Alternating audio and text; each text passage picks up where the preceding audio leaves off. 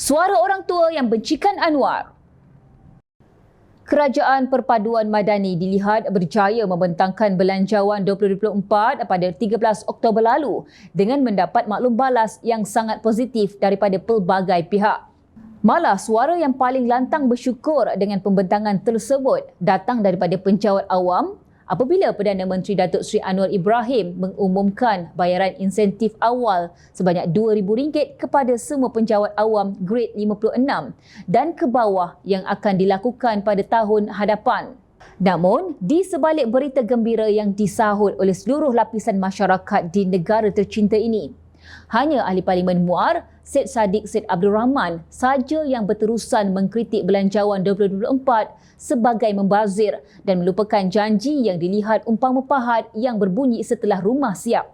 Tuduhan Syed Saddiq berkenaan pembaziran dalam Belanjawan 2024 adalah berkenaan penukaran kereta welfare kepada kereta elektrik EV melibatkan jemaah menteri. Timbalan Ketua Penerangan Angkatan Muda Keadilan Selangor, Muhammad Fauzi Fazil berpandangan perkara itu bukan sesuatu yang mengejutkan kerana sebelum pembentangan Belanjawan 2024, Anwar mengumumkan bahawa Kerajaan Perpaduan bakal menggunakan EV sebagai kenderaan rasmi. Kenyataan tersebut bermaksud selepas ini bukan sahaja jemaah menteri akan menggunakan EV, malah penjawat awam juga bakal menggunakannya secara berfasah. Polisi tersebut dilaksanakan dengan tujuan supaya Putrajaya dijadikan model bandar rendah karbon Malaysia.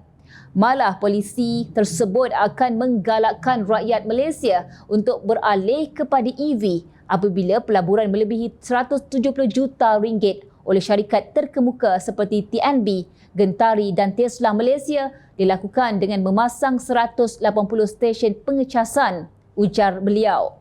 Syed Saddiq turut membangkitkan isu pembaziran berkenaan pinjaman yang diberikan oleh Putrajaya kepada Lembaga Tabung Angkatan Tentera LTAT bagi terus menampung pemilikan Bastard Plantation Berhad. Menurut Fauzi, isu itu juga tidak memeranjatkan kerana Menteri Pertahanan Datuk Seri Muhammad Hassan menyatakan sebelum ini bahawa Bastard Plantation perlu dijual bagi meningkatkan kecairan aset LTAT. Penjualan tersebut disanggah oleh rakan-rakan Syed Saddiq dalam kalangan ahli parlimen pembangkang dengan justifikasi bahawa penjualan berkenaan tidak boleh dilakukan kepada syarikat bukan Bumiputra seperti Kuala Lumpur Kepong Berhad KLK. Akibatnya, kerajaan mengambil jalan tengah dengan memberi pinjaman kepada LTAT supaya Bastard Plantation kekal tidak terjual. Adakah keputusan memberi pinjaman kepada LTAT itu boleh dianggap sebagai pembaziran walaupun dibuat demi memastikan aset negara tidak terjual? Soalnya dipetik Malaysia kini. Paling danggal apabila tuduhan pembaziran turut dilemparkan oleh Syed Saddiq apabila Kerajaan Perpaduan mengambil keputusan untuk mengekalkan peruntukan Jabatan Komunikasi Komuniti JKOM. Namun hakikatnya pemimpin kerajaan menolak penubuhan pada peringkat awal kerana tujuannya adalah untuk menghidupkan kembali Jabatan Hal Ehwal Khas Jasa. Ketiga, JKOM. Kalian ingat tak dulu? Bila Belanjawan 2021-2022, ahli parlimen, dulu pembangkang sekarang kerajaan kata kita takkan sokong belanjawan kerana duit cukai rakyat dibelanja untuk tujuan cyber trooping. Lihat belanjawan pada hari ini, puluhan juta dibelanjakan untuk JKOM dan ada kenaikan emolumen 30% bagi tujuan JKOM ini. Ini pembaziran. Dulu mereka sendiri umumkan, terang-terang kata tak nak. Kini perkenalkan dengan penambahan emolumen 30%. Penolakan JKOM pada peringkat awal adalah kerana ia mempunyai pertindihan kuasa dengan beberapa agensi kerajaan seperti Unit Komunikasi Korporat UKK, Jabatan Penerangan Malaysia dan Jabatan Kemajuan Masyarakat KEMAS. Malah, JKOM yang ingin menghidupkan peranan jasa pada zaman pemerintahan PN untuk menyebar propaganda politik bukannya merakyatkan inisiatif kerajaan.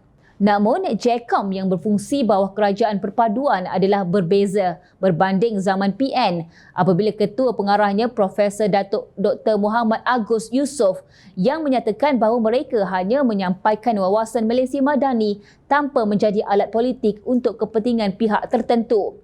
Sementara itu, Tuduhan Syed Saddiq berkenaan Kerajaan Perpaduan melupakan janji semasa pembentangan Belanjawan 2024 dibangkitkan dalam 3 bentuk, iaitu pembayaran semula Perbadanan Tabung Pendidikan Tinggi Nasional PTPTN, memasukkan tol dan pemberian dana kepada ahli parlimen pembangkang. Menurut Fauzi, mungkin Syed Saddiq lupa bahawa kerajaan hari ini tidak mempunyai sebarang manifesto kerana tiada gabungan parti politik yang berjaya membentuk kerajaan secara bersendirian. Kerajaan Perpaduan dibentuk atas nasihat Yang di-Pertuan Agong. Kerajaan Perpaduan tidak pernah bertanding dalam PRU ke-15, jauh sekali membentangkan sebarang manifesto. Walaupun Pakatan Harapan berkuasa, janji manifesto mereka tidak boleh dibebankan ke atas gabungan parti politik lain yang turut menganggotai Kerajaan Perpaduan, tegas beliau. Kesimpulannya, Syed Saddiq sebenarnya telah mengeluarkan hujah yang danggal semasa mengkritik Belanjawan 2024. Beliau seharusnya sedar bahawa seluruh rakyat Malaysia sangat berbesar hati dengan hasil pembentangan Belanjawan tersebut. Kenapa tidak beliau? Jangan kerana terdapat segelintir orang tua yang tidak berpuas hati dengan pemerintahan Anwar, maka Syed Saddiq rela diperalatkan untuk menjadi jurucakap mereka. Ingat, rakyat sentiasa memerhati.